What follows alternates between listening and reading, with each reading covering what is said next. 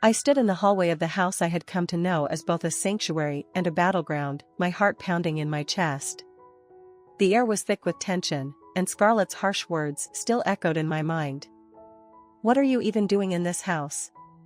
You're practically a parasite." Her voice was a sharp dagger, cutting deep. As if to add insult to injury, I watched in disbelief as Scarlett, my mother-in-law, hurled my belongings out the window with a wild disregard. The thuds of my possessions hitting the ground outside seemed to mirror the pounding of my heartbeat. Anger flared within me, but it was quickly replaced by a cold determination. "Hey! What are you doing with that?" I called out, my voice steady despite the chaos. Scarlett whirled around, her eyes blazing with a fire that could scorch the soul. "Huh! Don't you talk back to me like that. Please pick them up." Her voice was venomous, but it was the knife she suddenly held to my throat that truly communicated the danger I was in. I froze, a cold sweat breaking out across my forehead. The sharp edge pressed slightly against my skin, a cruel reminder of my precarious position. "Get out quickly, or it won't be a joke next time. Understood?" Her threat was clear, and the icy fear that had initially gripped me began to melt away, replaced by a fiery resolve. "If you insist that much, I'll leave," I replied coolly, my voice even, belying the turmoil within. As I gathered my scattered belongings with trembling hands, a sardonic laugh almost escaped me. Scarlett, who had been nothing but a torment since I moved in, was oblivious to the irony of the situation. She didn't know that I was the one financially supporting this house. The realization of her ignorance brought a twisted smirk to my face, which I quickly masked with a serious expression. "This will bring peace to the house, very good, yes indeed," Scarlett muttered to herself, convinced she had won some great victory. Little did she know, without my contributions, this house would soon be anything but peaceful. A hell awaited, indeed. With a final glance at the imposing structure that had been my home, I turned my back and walked away, the weight of my decision settling in. I moved to a condominium, a fresh start in a place free from the shadows of manipulation and disdain. Time passed, and as I settled into my new life working from home, leveraging my previous job experience, I often thought back to those turbulent days. It had been over 5 years since I married Ethan, and life had thrown us its fair share of challenges.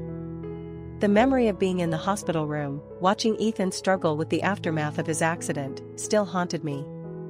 He had lost almost all grip strength in his dominant hand, a devastating blow for someone who worked in construction. I remembered crying openly, the walls I had built around my emotions crumbling down.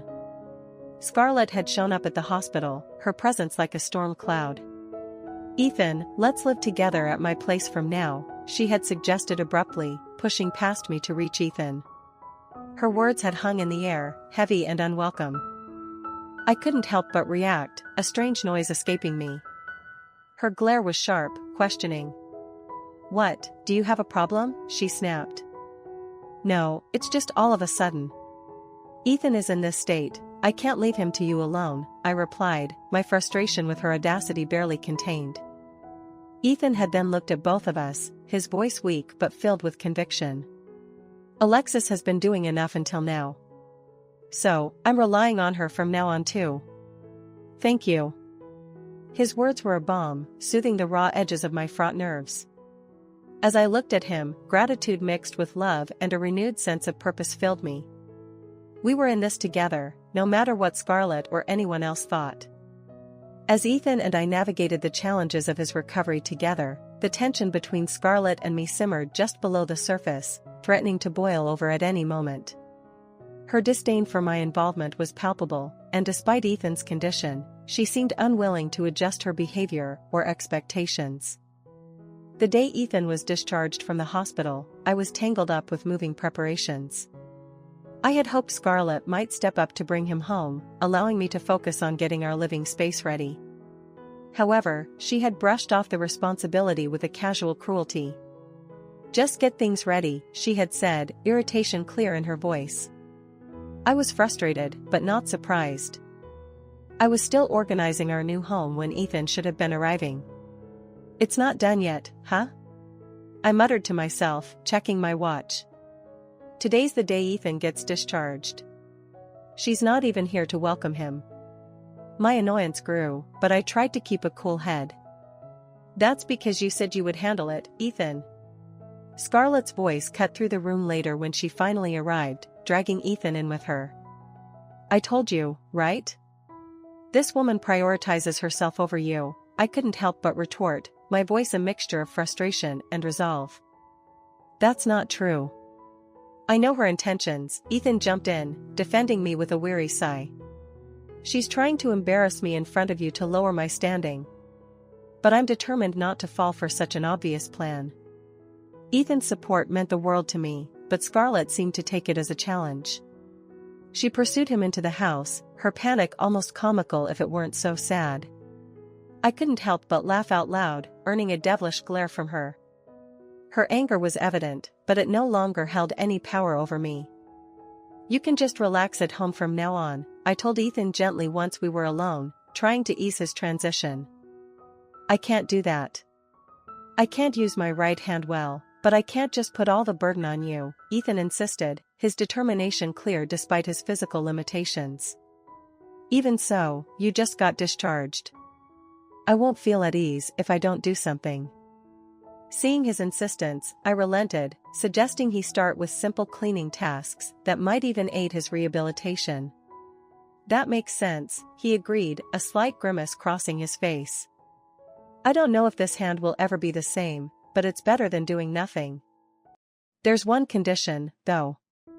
Absolutely no overdoing it. If I did, you would get mad, right? He added, half joking. You're scary when angry, he teased, a light chuckle escaping him. He looked normal, just as I had imagined he would be, brave, even perhaps putting on a brave face not to worry me. That's why I decided to work even harder, doing his share too.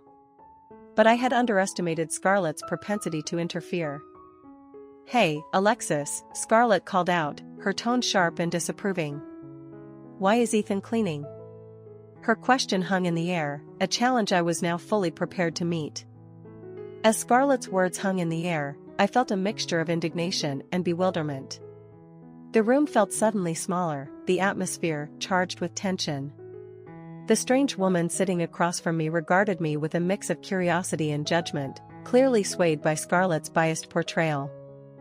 No, that's not it, I began, trying to keep my voice calm and reasoned, despite the rising turmoil inside me.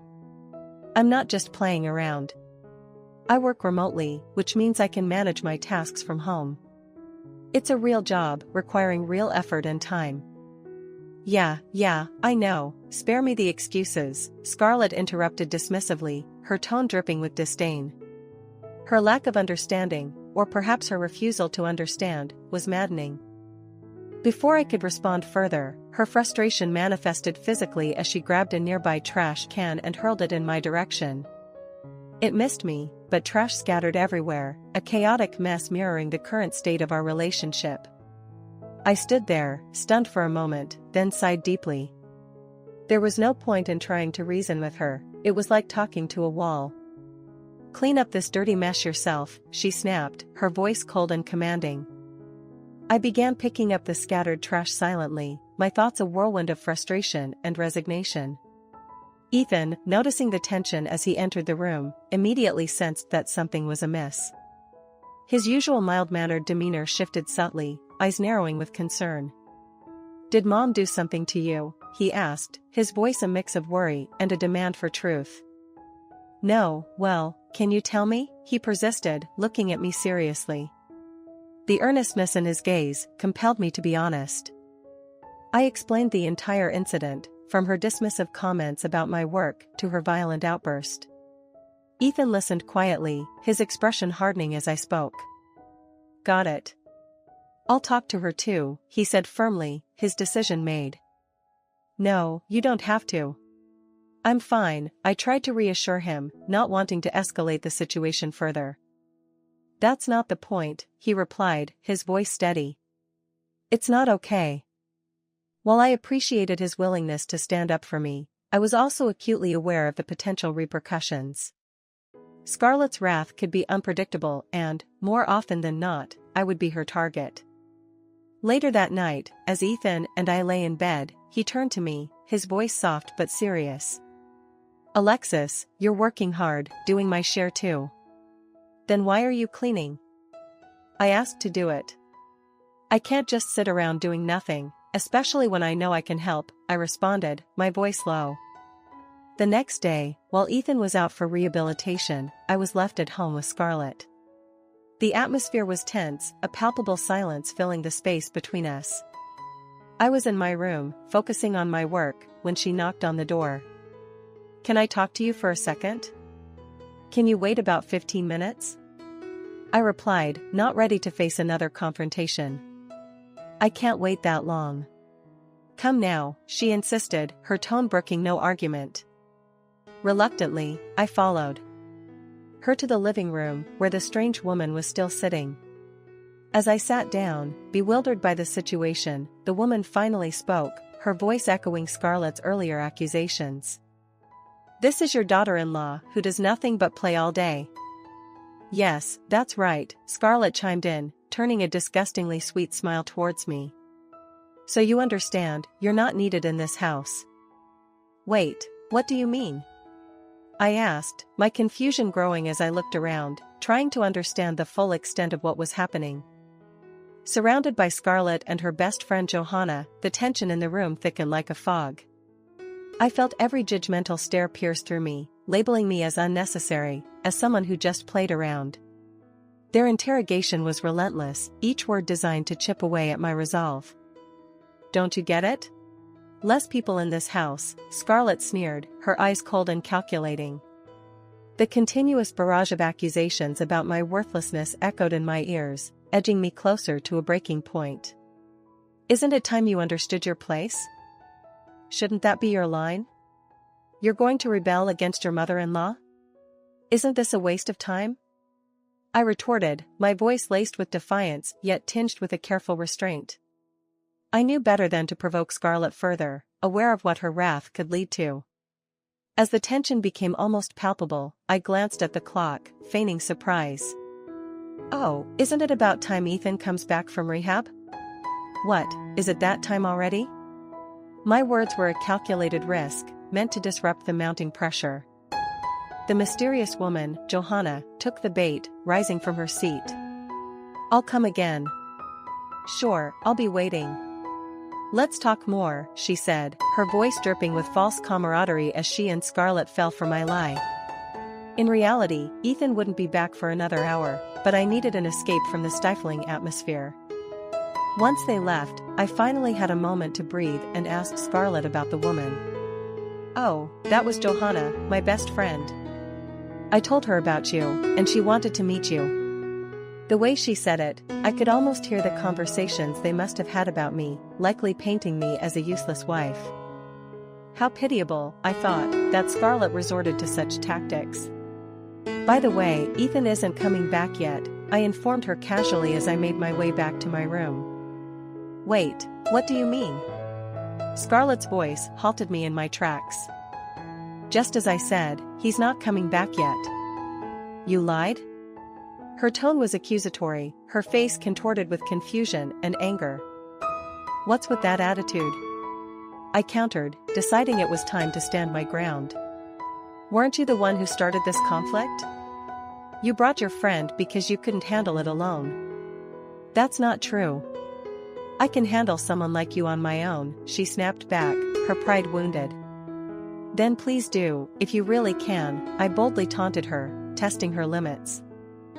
She was about to respond when her anger boiled over. Unable to contain herself, she grabbed a nearby vase and hurled it at me, just like the trash can earlier. I dodged it easily, having anticipated her aggressive reaction. My laughter echoed in the room, further inciting her frustration. Just then, Ethan's voice cut through the tension. "I'm home." His unexpected arrival caught Scarlett off guard. "Why now? You weren't supposed to be back yet." "Oh, sorry. What I said earlier was a lie." "He was actually on his way back," I explained, turning the tables. The shattered vase on the floor served as a silent testament to the chaos that had unfolded. "Why would you do that?" Scarlett's voice was shaky, her earlier confidence crumbling. "It's obvious, isn't it?" I said, pointing at the remnants of her outburst, my voice steady and clear. The room fell silent as the reality of the situation dawned on her, leaving Scarlett to face the consequences of her actions, under the watchful eye of Ethan. As I followed Ethan into the living room, my heart sank at the sight of his broken model kit spread out on the table. It was more than just a hobby for him, it was a way to maintain a connection to his father. "What happened?" I asked, my voice barely above a whisper. "Look at this," Ethan said, his voice strained with frustration and disappointment. "When I came back, I found it like this. Do you know anything about it?" I shook my head, genuinely confused and concerned. "I don't know. I truly didn't recognize it. This model kit was usually in his father's room, but I hadn't been there today." My gaze drifted towards Scarlett, who was trying to mask her emotions, but there was a flicker of something unsettling in her eyes. Then, she laughed, a chilling, uncharacteristic sound that seemed completely out of place. It was as if she was another person, possessed by a sense of triumph or malice. "Even if someone did it, I was out, remember," she chimed in, her voice eerily calm. "I met you on my way back from Johanna's house." "Well, yes," I acknowledged, recalling our brief encounter. But then, Scarlett produced a shiny object from her pocket, holding it out for us to see. "Also, I found this in the room," she said. It was an earring, gleaming under the room's light. I instinctively reached up to touch my ears, and my heart dropped. One of my earrings was missing. In a moment, I realized the gravity of the situation. It looked like I was being framed for the destruction of Ethan's cherished model. "This looks like yours, Alexis. And you're missing the left one," Ethan observed, his voice carrying a mix of confusion and accusation. I took a deep breath, trying to maintain composure. "Indeed, it's mine, but that doesn't mean I did it. Right?" My voice was steady, but inside, I was reeling from the implication. "Making excuses now?" "It's unseemly when there's evidence," Scarlett interjected sharply, her words dripping with feigned disappointment. "But still, the fact remains, it was broken," Ethan said, his confusion evident as he struggled to piece everything together. He then excused himself, saying, "Wait a minute," before heading back to his room. His glance left me feeling utterly accused and isolated in the room with Scarlett. Standing there, frozen, I faced Scarlett's smug expression. "Too bad, this is the end for you. Doing such things. You set me up, there's no proof. If you had listened to me, this wouldn't have happened." "I can explain," I started, but my voice faltered under the weight of her accusations and Ethan's growing distress. "We'll see about that," Scarlett said coldly, her words sealing the moment with a chilling finality. No matter how much I tried to explain to Ethan later, his heart seemed hardened by the evidence laid out before him. His usual understanding and supportive nature were clouded by doubt and the skillful manipulation I had just witnessed. I stood there, feeling a mix of betrayal and desperation, wondering how I could possibly clear my name and restore the trust that seemed to be slipping away. Over the subsequent days, I threw myself into my work, trying to create a semblance of normalcy, despite the tense atmosphere at home. It felt like I was using my tasks as a shield, trying to block out the harsh reality of the fractured relationship between Ethan and me. Scarlett's gloating only made things more unbearable. "Feeling down lately? Something wrong?" Scarlett would taunt me with a sickeningly cheerful tone, as if she relished in my distress. "It's too late for that attitude now," I responded coldly, dismissing her feigned concern. I sensed that something bad was looming on the horizon, a feeling that proved accurate when I found myself once again at the sharp end of Scarlett's hostility. "What are you doing in this house? You're like a parasite," she screamed one day, her voice filled with venom as she threw my belongings out of the window in a fit of rage. "What are you talking about, you noisy woman?" I protested, shocked by her extreme behavior. "Don't talk back to me. Pick them up, please," she demanded, her voice cold and menacing. Before I could react, she brandished a knife, pressing it to my throat. The cold metal felt unreal against my skin. "Don't move, it's better for you," she hissed. Her actions were beyond rational hatred. She had clearly lost her grip on sanity. "Leave now, or next time it won't be a joke. Understood?" Her voice was calm, but her eyes were wild. "If you insist, I'll leave," I agreed, realizing that any further involvement with her could be dangerous. "Fine, you have a week. Leave within that time," she added, mistakenly thinking she was controlling the situation. "Thank you," I replied, barely suppressing a laugh at her ignorance. She didn't understand that it was my financial support that made her comfortable lifestyle possible. As I turned away, my expression hardened. "I'll start right away," I told her, determined to use the week to prepare my exit carefully. I began packing immediately, managing my belongings, and searching for a new place to live. Late one night, while Scarlett slept, I quietly informed Ethan of my plans. "So, you were told that?" "Actually, I have something to say too," I spoke up, determined to clear the air before I left. "What do you mean?"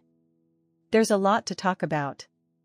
"I'll tell you later, make sure you do," he replied, his tone serious yet curious. 3 days after Scarlett's eviction order, I successfully found a new house. The promised week soon came to an end. Today is the day of the promise. You understand, right? I reminded Scarlett on the morning of my departure. Of course. The movers will be here soon, she replied, her tone dismissive yet tinged with a hint of satisfaction at my departure. Where's Ethan? I don't know, he's been out since the morning, she added nonchalantly. Anyway, the thought of not having to see your face anymore is so refreshing, I said, more to provoke her than out of any real malice. I'm going out too, so make sure everything's clean. Of course, I replied, watching her leave with a superficial smile. An hour later, the movers arrived and loaded all my belongings. I then contacted Ethan. Everything's loaded, all right. Take care, see you later, I said over the phone, a mix of relief and anticipation in my voice. I wondered what Scarlett's reaction would be upon discovering not only my departure but Ethan's as well. The thought spurred a curious excitement in me as I headed to my new place. When the move was finally completed, Scarlett's voice echoed in my ears. What did you do, huh? I just moved as I was told. That can't be, Ethan's things are gone too, aren't they? That's obvious, because we moved together, I responded, ready to face whatever confrontation awaited. You're lying, you want to talk with him, she accused, her voice cracking under the strain of the unexpected revelation. I put Ethan on speakerphone, watching Scarlett's confusion unfold just as I had anticipated. Mom, explain this to me, she pleaded, her voice tinged with disbelief. She had discovered my involvement in the model kit incident, adamantly defending Alexis's innocence. But how could she know? Because Alexis herself had given me the kit as a gift. It was a gesture of kindness, one that Scarlett couldn't fathom amidst her accusations. Ethan's voice cut through the tension, probing. He knew every detail, every nuance, aiming to reveal the depth of her cruelty towards Alexis. And as Scarlett faltered, I couldn't help but feel a pang of satisfaction. Oh my, by the way, from now on, you can manage on your own, Ethan declared, his tone unwavering.